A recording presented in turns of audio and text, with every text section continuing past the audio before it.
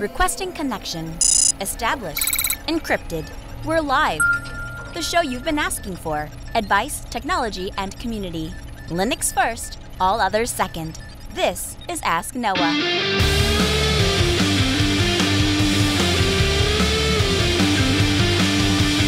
Live from Altspeed Technologies, the Ask Noah Show starts right now. This is the show where we came to do all the things on Linux they said couldn't be done and take your questions on how to do the same.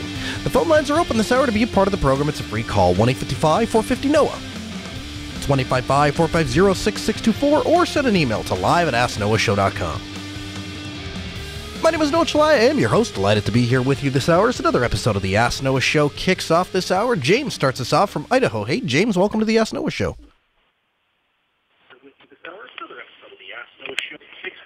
Gotta shut off the stream there and listen to us, or listen. Let's have a conversation on the phone. It's a little bit easier that way. Fixing that. Okay, no. Do you know the public folder in Linux? Okay. Yep. Mm-hmm. Inside of like Ubuntu, it's inside of your home folder. There's one that's designated for public sharing. Yeah.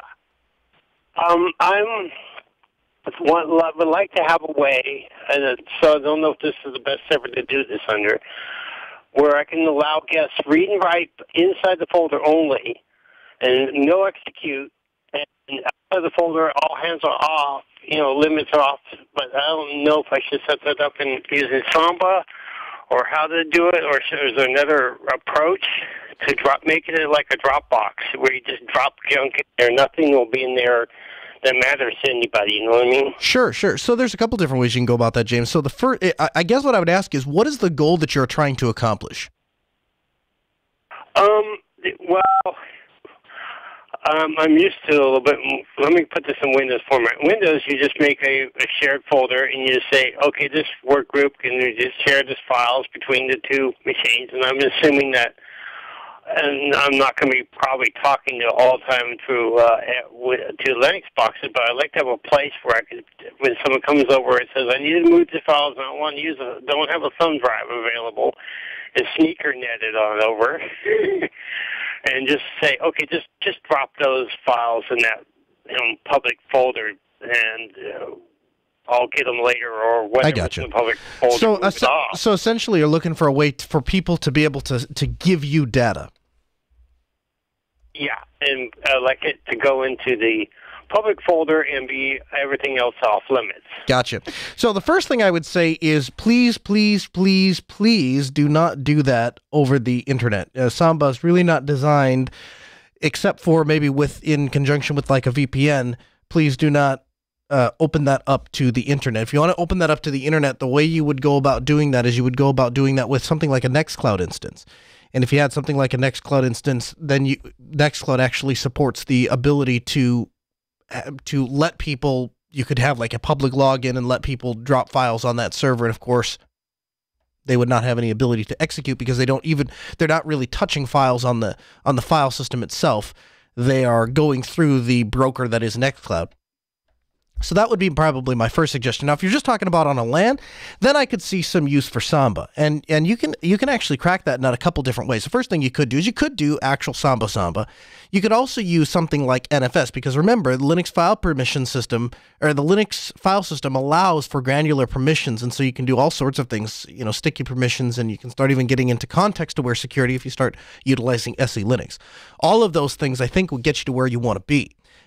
But if it's just me and I'm looking for a public exchange of files, probably what I'm doing, quite honestly, if there's absolutely no reason to have any security, honestly, I'm setting up an FTP server and I'm putting that thing. It's the only thing on that box, and it's an FTP server with some blowaway credentials that I don't care about, and I'm just letting people log in and throw some files on there. Now, there's a risk of abuse, I suppose, but the reality is that there are a number of different industries that are doing exactly that. Now, G-Dog in the chat room, by the way, you can join us at irc.geekshed.net, #Ask Noah Show. That's how you can add your voice to the conversation through the chat room. G-Dog in the chat room points us to GitHub Kickball. And essentially what it is, and I've seen this before, it's essentially a server package that you install, and it allows you to set up a server specifically for letting other people drop files to you. So we'll have a link for you in the show notes. If you're not checking out the extra credit section in the show notes, you're only getting half the show. So make sure to go to podcast.asknoahshow.com to check those out. Now, we have an absolute packed show. It's all about the community tonight. We invite you to add your voice to the conversation at 1-855-450-NO. That's 855-450-6624. Of course, you can email us live at asknoahshow.com. OTA 7 for Ubuntu Touch is out. Dalton Durst is with us. He's the Ubuntu Touch development manager and a guest this hour on the Ask Noah show. Hey, Dalton, welcome back. Hello, Noah. It's great to be back. Yeah, happy to have you back. So I understand OTA 7 is out, so we figured we'd get you on the program and tell us what's new with OTA 7. Ubuntu Touch OTA 7 has been released. This release includes a lot of new under-the-hood changes. We upgraded libhybris, which is a very boring component that makes it possible for us to run on Android phones. And we've also got a lot of stability fixes for everything underlying the system. We also have, for our user-facing features, the ability to theme your keyboard. So now, if you don't like your keyboard shining you in the face at night, you can have it in a darker color. We've also done a lot of work on our internal development cycle, and this is the first release that we've had where we've gotten it out in 1 month's time after our last one. So Ubuntu Touch OTA 6 came out on the 7th of December. This one's coming out on the 7th of January. We're very proud to have all of our contributors working together to make this possible, and thank you to everyone who's out there working on Ubuntu Touch and its apps. That's fantastic. That sounds absolutely awesome. And I'm happy to see that there's continual forward momentum on this project. If you're not familiar with what Ubuntu Touch is, it's an alternative to Android and iOS and an open source Linux-based operating system that you can put on your phone. Dalton, I did want to ask, do you have any insight or any thoughts regarding Google's recent decision to begin to move away from the Linux kernel and their decision to move both Chrome OS and Android away from Linux, or at least that's what it looks like they may be doing? And do you have a plan in case that happens to continue support on hardware devices that have traditionally relied on Android drivers? So that is something that we are watching very carefully with Fuchsia coming out. If Fuchsia turns out to completely change the underlying hardware compatibility, then we do certainly have a problem. However, the devices that we have today are still great devices, and the devices that we'll be porting to in the coming years will also be great for years to come. We also have new leads coming up both between Purism and Pine64's projects to make hardware that runs Linux natively. I'm thrilled to hear that. I really am. I think that's really important, and I think that's why it takes passionate, dedicated people that are already part of the community to take on these kinds of projects, because from a commercial perspective, a lot of people look at this stuff and say, well, we've moved on. We have Android, we have iOS, good enough, no reason to move forward. And you and your team have continued to push that ball forward. So I'm really thankful that there are people like you and that there are projects like this, because it provides more competition for everybody in the mobile market sphere. Anything else we need to know about the OTA 7 update, or anything new with Ubuntu Touch that you want to tell people? On the latest Ubuntu Touch Q&A, which is our bi-weekly, most of the time, show where we discuss the development of Ubuntu Touch and answer some questions from our community, we talked about all of our contributors, or our core contributors' passions for Ubuntu Touch and why we're working on it, and why you can count on us to not go away anytime soon. Dalton Durst, he is the development manager for Ubuntu Touch, and a guest this hour on the Ask Noah show. Dalton, thanks so much for joining us and giving us a brief update on OTA 7. We'll get you back on the program real soon. No problem. Thanks for having me. Naylor in the chat room writes and says, how do you know if a specific phone is going to work? Well, you can go to ubuntu-touch. I think it's ubuntu-touch.com and slash... let's see here. Devices. This is so unprofessional. I should have all this down.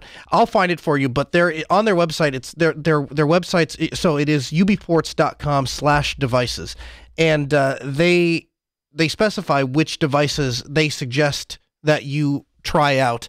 And we actually, if you are part of the Ask Noah Show community, then you were invited to our 100th episode celebration, and there Dalton Durst joined us and gave us a demo. So they brought a bunch of different devices that you could actually see and play with. I don't know about you, for me, being able to actually touch this stuff in person makes all the difference in the world. Again, the phone lines are open, 1-855-450-NOAH. That's 855-450-6624. The email, live@asknoahshow.com. That's how you make your voice heard and become a part of the program. Tonight, we're talking about the community. I have told you since day one of this program, that the way to get a job in the Linux and open source world is to value and put forth in the community. Then you heard Jeremy Sands, the lead masochist for Southeast Linux Fest, and he came on this program and he told you the same thing. Hey, if you want to get involved in conference organizing, the very first thing you need to do is get involved with the community, get involved with your local lug. And time again, we get people that call this program and say, I feel like I'm stuck. I don't know what to do. I don't know how to move my career forward. What do I do? And there is a gentleman that has been in the community for a long time, basically since the inception of the Ask Noah show, and he has been working silently in the background to make the show what it is and continue to help build a community around Linux. His name is Eric Hendricks. You know him better as Eric the IT guy. He's going to be joining us in just a couple of minutes, and he's going to tell us a story of how he made the transition from regular IT guy to an open source advocate and got a healthy paycheck to go with it. So make sure to stay tuned to catch that. Before I get to that, I want to take a moment and thank each and every one of you that are in our Telegram group. We are about to top 1,000 members in the Geek Lab, which is our Telegram group. You can join it at telegram.asknoahshow.com. Now, Telegram, if you're not familiar with it, it's a free application. You can download it for iOS, Android, Windows, Mac, Linux.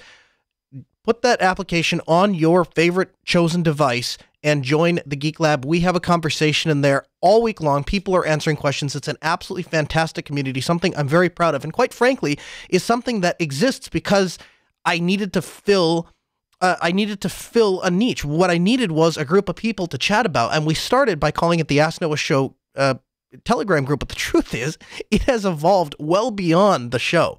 And it has become its own entity, and I feel very fortunate to be a part of that community. Eric is a member of that community, and that networking opportunity led to some very cool things. Well, guess what happens when cool things happen in a place? It attracts a lot of attention. So System 76 and Emma Marshall has come along and said, hey, you know what? We think it's really cool what you're building. We think it's really neat that community has formed up. And you know what those people need?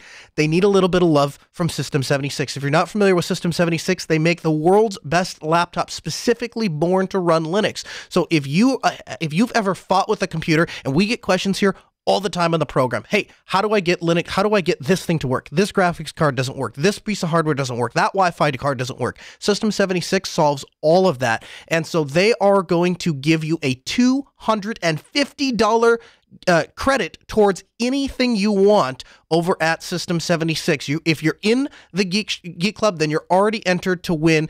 If you're not in the Geek Club, then we invite you to join at telegram.asknoahshow.com. Make sure that you're in there. We'll also have I don't want to call it a consolation prize, but a smaller prize that we're going to give away to our 1,000th member that joins. So if you happen to be 1,000, you're going to get not one, but you'll be entered to win the $250 gift card, but you'll also get for sure something else. So make sure to join. We're very, very close, and a huge, huge, huge thank you to the community that is there, because you guys are the life and blood of this program. You really are. And you inspire me to continue to do what I do. And so from the bottom of my heart, thank you for being a part of that community. As I said, Eric Hendricks, he is the solutions architect at GitLab. You know him better as Eric the IT guy, the guy that brings you the news once a week at the bottom of the hour. He joins us on the Ask Noah Show. Hey, Eric, welcome to the Ask Noah Show. Hey, Noah, great to be connected with you again. We have people all the time, and they write into the program, and they say, how do I launch my Linux career? How do I get started? What can I do? How can I start making more money using the skills and passion that I've acquired with Linux? And I always tell them, I say, you've got to look into the community. You've got to become a part of the community. And when you've proven yourself in the community, when you've demonstrated that you are a valuable community member, a company will look over, tap you on the shoulder, and say, hey, come work for us. We'll give you a paycheck to do what you're already doing. And so, Eric, you are a guy that you have a lot of skills. You've designed professional lighting systems for concerts and stuff like that, and you have become a guy that has done a lot of great things inside of the community, and you decided, hey, I want to take the passion, I want to take my skills that I have in Linux, and I want to turn that into a career. And GitLab tapped you on the shoulder, and they said, hey, we're going to go ahead and write you a paycheck to come do that for us. And I just wanted to bring you on the program because you are kind of the first Ask Noah success story. And I kind of wanted to bring you on the program and say, tell me that story. How'd that happen for you? Well, yeah, and I've been approached a few times with that very question, and the first thought I always pause and tell people is that if you're getting into IT, if you're getting into technology for the money, I would look elsewhere, because if you're just doing it for money, you're going to get burned out, and it's really those people that have a love of technology, a love of tinkering that can really succeed in IT. And so for people that don't know a lot of my story, I started out in IT right out of college. I worked help desk and eventually made my way into being a systems administrator. And from there, I was able to, about 3 years in, I was able to sort of focused my career on being a Linux systems engineer. At the time, I was a diehard Mac enthusiast. I had just about every iDevice that they sold, and I had the watch, I had the phone, I had the iPad, I had the Apple TV. I've had 3 different MacBooks, and I was very much entrenched in their walled garden, and was pretty content. So fast forward a few more years. So I'd probably been in IT about 7 years professionally out of college at that point, and something was missing. I'd bounced from job to job. I liked what I did as a systems administrator. I loved working on Linux. I just stopped supporting Windows altogether. I think 2008 was the last time I really did any serious work. But there was something missing from my career. And so I can distinctly remember a few years ago just being out online and searching Google for how to become a better systems engineer, how to do Linux more. And that led me to reading some blogs about being a part of a community. And that's where my career really started to shift. Learning about Linux on the desktop, learning about open source as not just a license, but learning about open source from the perspective of it being a community, being a social experiment, if you will, being able to contribute, whether it be code or volunteering your time as a systems administrator, which was my background. And the problem with it was open source, you think developer, and if you're not a developer, then how can you contribute to open source? Well, that's such a misnomer. And I was really able to start broadening my own skill set, both technical and personal, by being a part of a community that was formed around just a few podcasts. And from there, it grew into, well, I don't want to just sit here and comment in Telegram or be in a mumble room. So I started to attend local lugs in the area, that's Linux user groups. Kansas City's got a couple, one in Lawrence, one in Kansas City proper. So it just became really an obsession. So from starting with just listening to 4 or 5 Linux and open source podcasts a week, to joining the online discussion, to joining the in-person discussion, to okay, well that's great. I'm learning about all this stuff. I'm learning about KDE, and I'm learning about GNOME, and I'm learning about all these developers and desktops and distros. But it still wasn't enough. So the next thing I did was I dual booted Arch Linux on a MacBook Pro, and the experience was good enough. But it's like I can do better. So I went out and I rebuilt my gaming PC and dual booted Windows with Arch Linux for almost a full year, and from there started to incorporate the open source side of my brain with the Linux systems engineer, and I started working with Droplets on DigitalOcean, and I set up Nextcloud, and I've got a Quassel client, so I can be a part of different IRC rooms from wherever I'm connected, and it's now become a mission of mine to move all of my personal needs off of the cloud, off of companies that could just disappear overnight, and I wouldn't have any if Spotify went away, I wouldn't have any music right now. So trying to protect myself not only from just the perspective of I can do this, so maybe I should do it, to more of I can do this and it makes sense to do this, and like my Nextcloud instance, I rely on so much more heavily and more reliably than I could iCloud and tying into iOS. So it's become a mission of mine to remove companies like Apple and Google and paid services out of my life, just because philosophically it matches better with what I'm doing.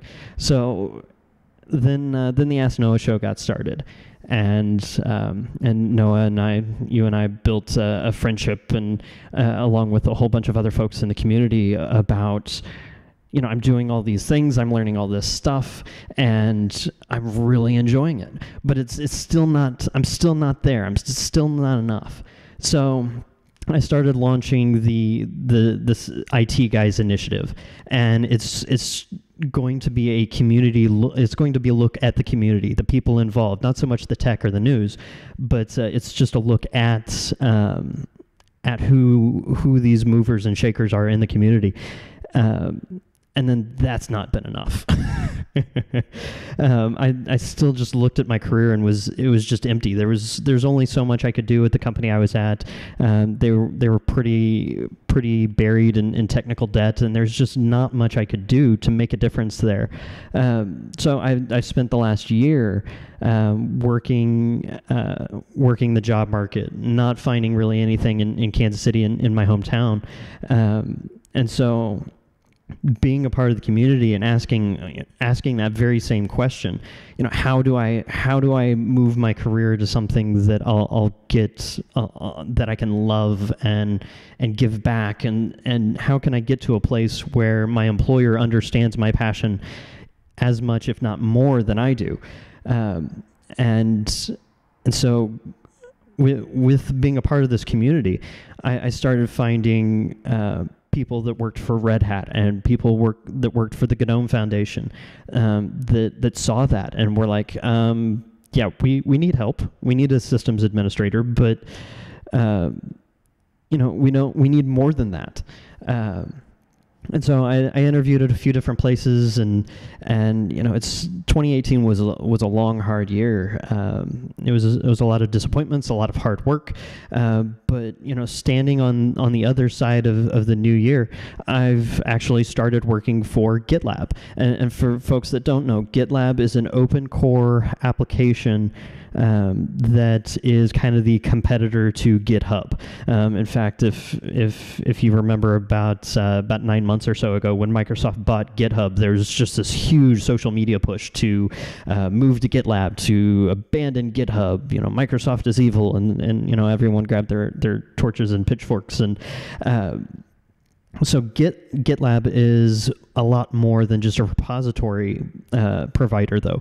GitLab has moved into the DevOps space, has moved into the containerization Kubernetes space, and is trying to provide kind of an all-in-one solution to development. Tie it in using tools like Ansible or Kubernetes or a lot of these tools you hear about, and help to bring developers and system administrators together to provide a single pane to be able to monitor, secure, deploy, write code, and do it all from a browser. So you can go out to GitLab.com and you can create an account and get a lot of these services for free, managed on their own infrastructure, and you can play with it and you can use it. In fact, all of my code is out there right now that I use for building up my own servers or projects that I'm playing with. But then you can also host your own. You can install GitLab on a server. You can install GitLab on a Kubernetes cluster and have even more control. And you can buy subscriptions with GitLab, and they'll help you move from the sort of waterfall development cycle that we've been in for all these years into something faster, leaner, something that makes more sense, something that's self-documenting. And GitLab will help you make that transition. And I was actually at a conference, DevOps Days Kansas City in October, and I met one of their salespeople, and we talked for literally less than 15 minutes. It was a really short conversation, but when I went to this conference and listened to all these speakers talk about DevOps and how changing your mindset, DevOps gets this bad rap as a silver bullet. Well, it's really not. It's a mindset. It's a philosophy. It's a community, much like the open source community. And we talked for less than 15 minutes about just how frustrated I was listening to these talks about all these people who can release bug fixes within minutes and have it running in production in less than an hour, something that in a traditional waterfall method could take weeks, if not months. And how companies like Netflix or companies like Pinterest can do 1,000 releases a day with all their developers, and the end user never even notices. And I was honestly frustrated. It was a matter of it takes weeks for me to get a project done in my current position. It takes 2 or 3 days just to build a server when we build the same exact servers the same exact way with the same exact people over and over and over and over again. And the sales guy could see the frustration and could see the wheels turning as to how much more I had to offer. And in just a short conversation, he was like, you need to come work for GitLab. You get it. You get our mission. You get what we're trying to do. And he was like, you've got to come work for GitLab. You will love your job. You will love your career, and you will be able to make a huge difference.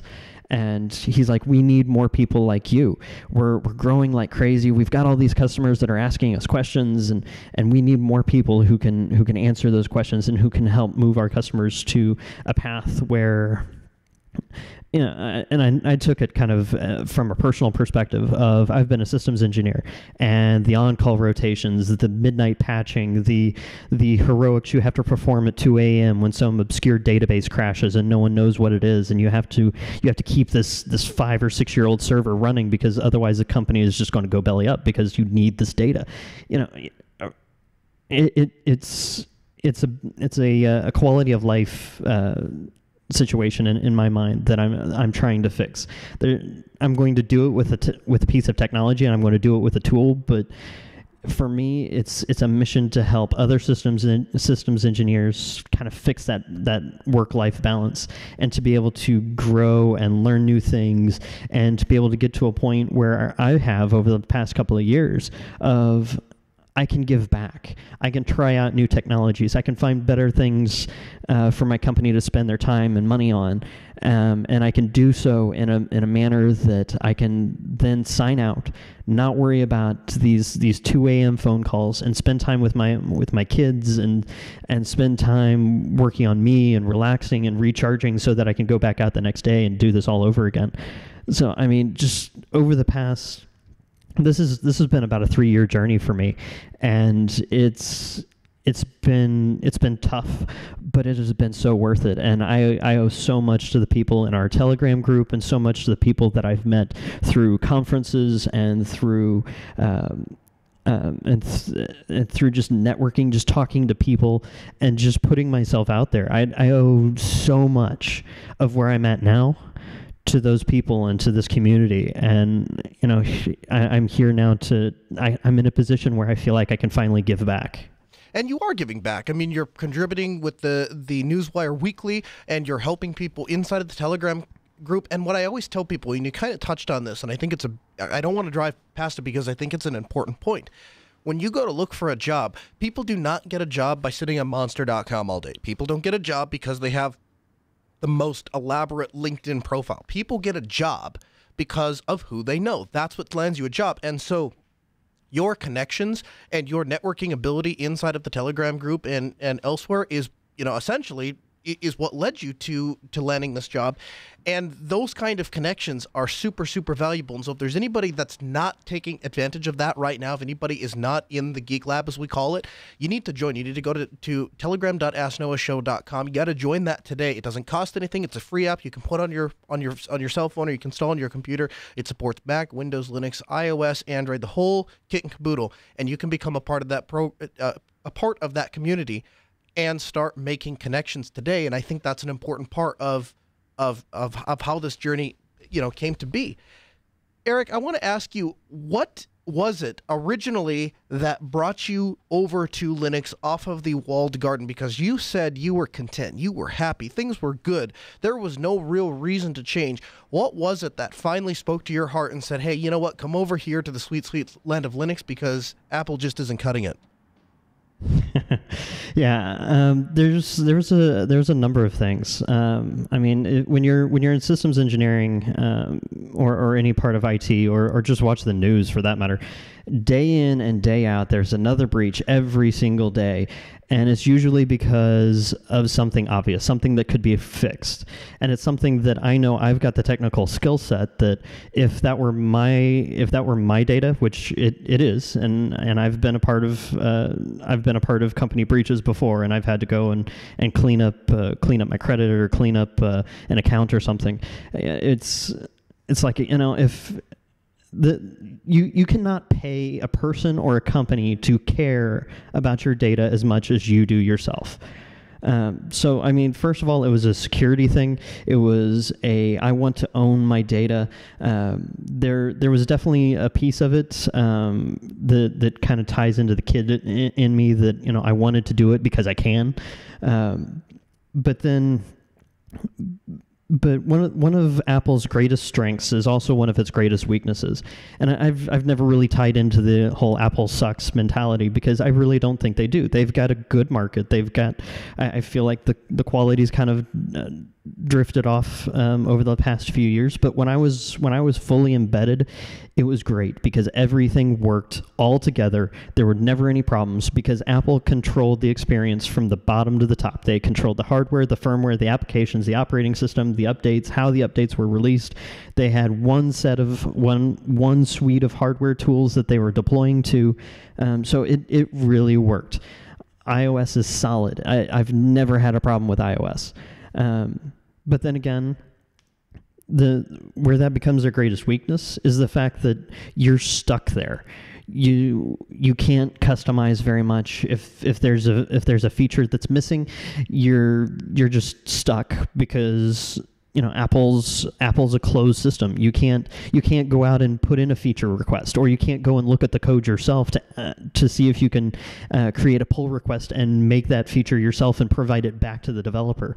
It was stable, but it was limiting, and honestly, it kind of became boring. I had an iPhone for 8 years, and just a couple of weeks ago was, I'm bored. I'm tired of this. It's not powerful enough. It's not innovative enough anymore. So I actually went and got a Google Pixel, just because while Android is still that, while the Pixel is still kind of that pre-built experience, at least I can customize it more, and at least Android plays better with open source tools like Nextcloud. What do you think the biggest advantage, or the most helpful thing that you got from the Ask Noah show was? Was it the community, or was it the advice, or was it the exposure? What was it that you think was most beneficial? I'd love to take the easy way out and say all of the above, but I would have to just say that the community itself has been the greatest asset. Being able to talk to different people who have similar experiences that are at different points in their careers from where I am. I've talked to people that are ahead of me. I've talked to people that are younger than me, and different people have different needs and have different life experiences. And just that community, that ability to network, that ability to talk to people and go, oh, I am not the only nerd out there that has this problem, or I'm not the only person out there who is struggling with this particular part of my life. and has a technology solution to fix that. So I would definitely have to say that the community has been the biggest contribution to my career advancements, to my personal advancements, to the technology that's sitting on the table in front of me. The community has really been the catalyst for all of that. Let's talk for a moment about GitLab itself. So you're an employee there now. You're essentially doing for them what you have done in the open source community for a couple of years now. Tell me a little bit about that hiring practice, that hiring model, because the entire company from top to bottom is open. And I know that as an outsider, I've been kind of privy to every time I ask a question about what it's like to work at GitLab or how this particular process works, you or somebody else refers me to their essentially their repo and says, well, here's the file that explains how we do that thing. Well, GitLab is definitely a company that eats its own dog food. And that's one of the things I fell in love with them, was because from the day I put in my application, I knew exactly what the interview process was going to be like, step by step. I had granted, I did have a couple of people that I knew in the community that worked for GitLab, so I kind of had a leg up. But usually their response was, "Well, go look at this link." And GitLab.com is actually, or about.gitlab.com is actually hosted on an instance on the company instance of GitLab. So they eat their own dog food from that perspective. In that I could go and read about their culture. I can go listen to some recorded team conferences, phone calls they've had with customers that they published on YouTube. I can go and I can see the company because they lay it all out there. They put it all out there for anyone to go and find. And they don't put it on some obscure link. It's on their website. It's kind of in a wiki format, so you can just follow links and dive as deep as you want into the company, all the way down through the interview process to the hiring process to what exactly the interviews are going to be about, to the point where you can even look at their policy on office supply reimbursement. From a public URL, you don't need an account. You can go and see that. But then the other piece of that is you can also see they're also. I alluded to them being open. Their core application is an open core, so you can go and see the code. All of their issues, with the exception of People Ops, which is kind of the HR team. Any ticket or issue is open. So if a customer has opened an issue on the website with GitLab support, you can go out there and you can see the conversation. Like I said, the only exception to that is the HR piece of it. So you can't go and see what my benefits are or what I make. But other than that, the company is completely open from top to bottom, and that is the cornerstone of their culture.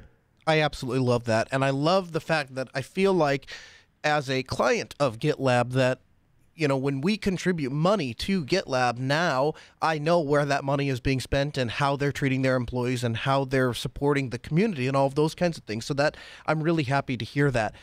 Eric, where do you go from here? So you've started the Linux Newswire. You're doing those reads every single week, and we're happy to have you and join us on the show. Where do you go from here? Because I know you want to take it further. I know that you want to become more a part of the community, and I know that you want to become a part of what we're building with Mind Media and Ask Noah. Talk about that for a moment. Yeah, so for me, the next few months are going to be crazy busy. I cannot tell you just how excited I am. And I'm, for those of you that have met me know that I get really animated, and I've almost hit my mic just now. So, but just this whole, the next quarter is going to be amazing because I'm going to be settling into GitLab as a solutions architect. So I'm going to be working with the sales team, and I'm going to be talking, I'm in the mid-market for GitLab. So I'm going to be talking to small to medium-sized businesses about GitLab, about what it can do for them and how to start the design process for what that solution looks like. So I'm going to be taking new customer problems and matching them up with technology and procedure solutions. So I'm going to be nose deep in GitLab and videos and stuff for the next few weeks. And Linux Newswire is kind of one of the next steps for me as well. We're doing weekly reads right now.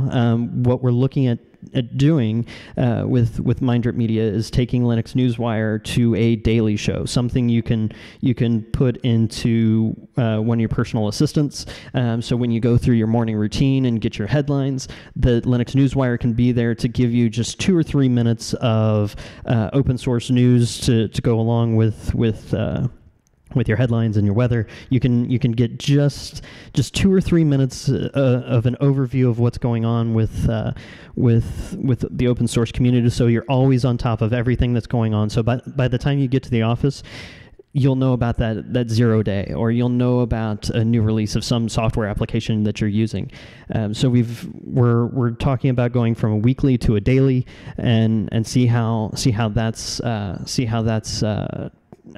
adopted by the community, and if there's plugins or skills or something that we need to write to be able to find those people in the community that can help us get that established. And then kind of the last thing on my roadmap that I've really been excited about, and I've been driving towards for over a year now, is that the IT guy is going to be releasing probably a bi-weekly podcast where I'm going to be interviewing different people in the DevOps and open source communities, talk about what it is that they bring to the community, and what it is that their project is doing, and how they got into open source, and put people back in the community.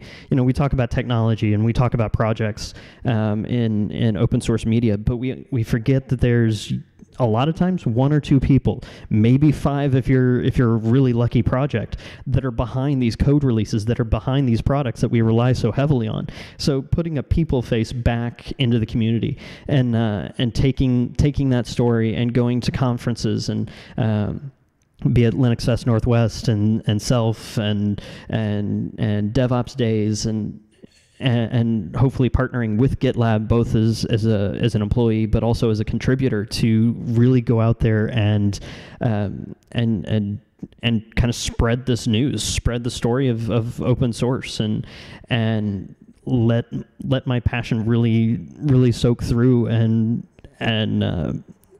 just inspire others to kind of follow the same path, to pursue their dreams, to dive deeper into technology, and really just get involved with the community itself.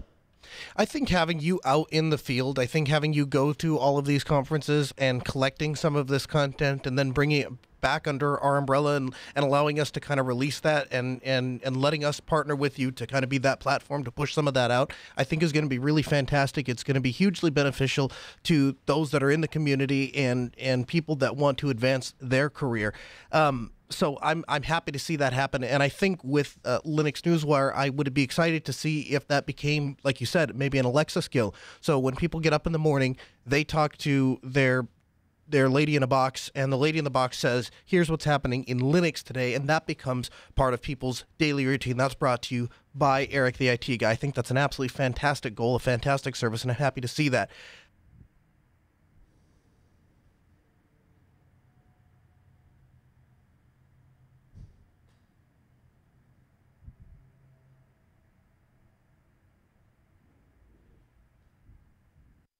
Sorry about that. Our audio cut out there for a little bit, but Eric Hendricks is his name. He is now the solutions architect over at GitLab. You know him better as Eric, the IT guy, and a guest this hour on the Ask Noah show. And huge thanks, Eric, for joining us on the Ask Noah show. We'll get you back on the program real soon. Get open phones this hour, 1-855-450-NOAH. That's 855-450-6624. Email live at asknoahshow.com. Make your voice heard, become a part of the program. There is a new piece of software that is, I don't know how new it is, but it just came across my radar, and it's called Nuclear. And Nuclear is a desktop music player that is focused on streaming sources. So it's kind of, we talk a lot about local hosting and self-hosting and those kinds of things. And obviously Eric just got done sharing with us his, road to coming from hosted services and doing everything himself. But at the same time, there are times where you're just sitting at work, or while I'm sitting up for the show, and I just want some music on the background. I don't really care what it is. It doesn't mean I value it. I'm not going to, not be able to live without it, anything like that. I just want something kind of in the background to listen to. And up until now, my choices really have been essentially Pandora, Spotify, or go find an internet radio station. And what I guess where we're at with this is we want an ability to do those things, but we don't want to have to pay a ransom to these other people. And it is Nuclear is allowing people to do that. So essentially what Nuclear does is it pulls from streaming sources all over the internet. So if you've ever used MPS YouTube, this is a similar music player, but this has a GUI. It's focusing more on audio. So imagine Spotify that you don't have to pay for with a much bigger library. Now, searching and playing music from YouTube, including integration with playlists. It also includes Bandcamp if that's something you're interested in. It allows you to search for related songs in YouTube, downloading from YouTube. It has a song queue and a playlist functionality. Very, very cool stuff. We'll have a link for you in the show notes if you're listening to it on the audios. It's github.com/nukeop/nuclear.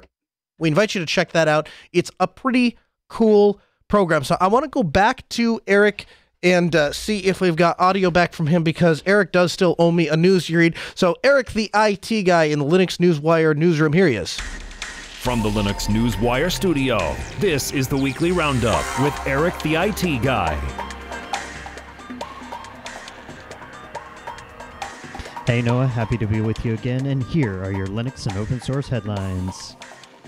First off this week, Valve is stepping up their game for 2019. The first release of the year was an overhaul of the DLC pages and is generally available already. Yet to come this year, Valve will be expanding Steam Chat to their mobile application, increasing Steam TV's reach to include all of their games, and refreshing the library interface. Also to come are new machine learning-based algorithms for improved discovery.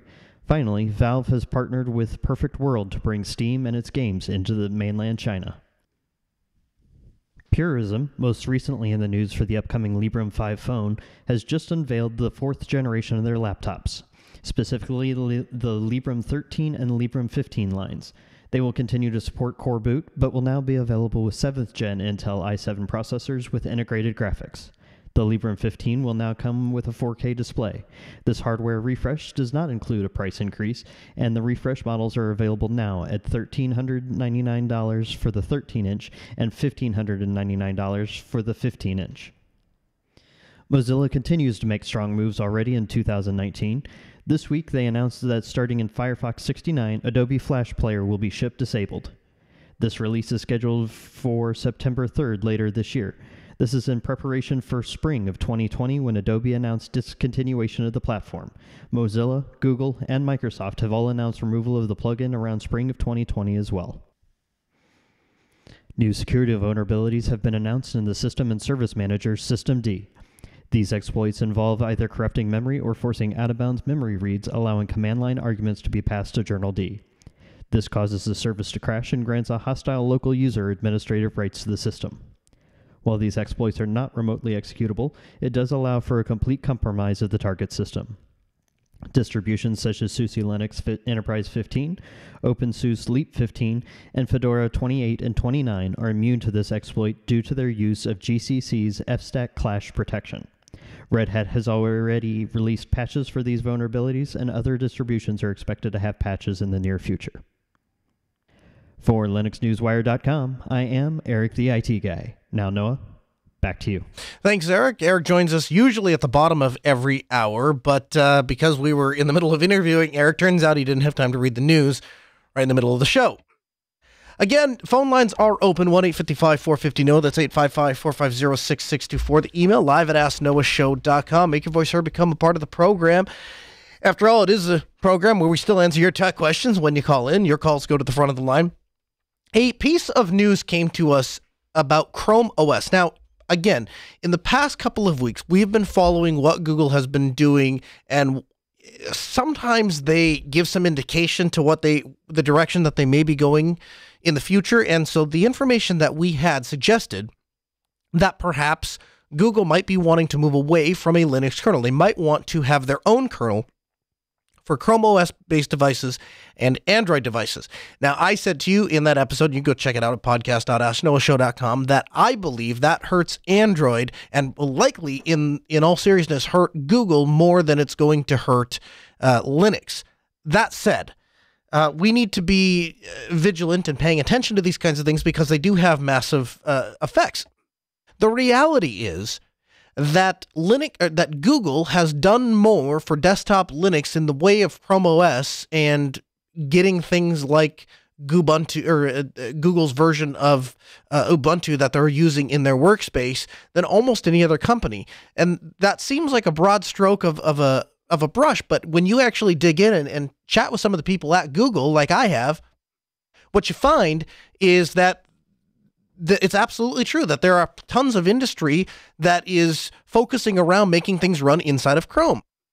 Well, a bug tracker that is describing add apt search into Chrome OS app launcher would seem to be that you would be able to run apt commands to get software into the Chrome OS app launcher. The idea being that you can search for a program rather than drop down to the terminal, because at the end of the day, normal users, despite what we know about the command line being a more efficient way to accomplish a given task, it's much faster to type something on a keyboard than it is to navigate around with your mouse, clicking on various, pictures until you get to the place you want to get to. And that's why most of us that have spent our life doing server administration constantly go back to the command line to get these things done. The reality is that is not welcoming to new users.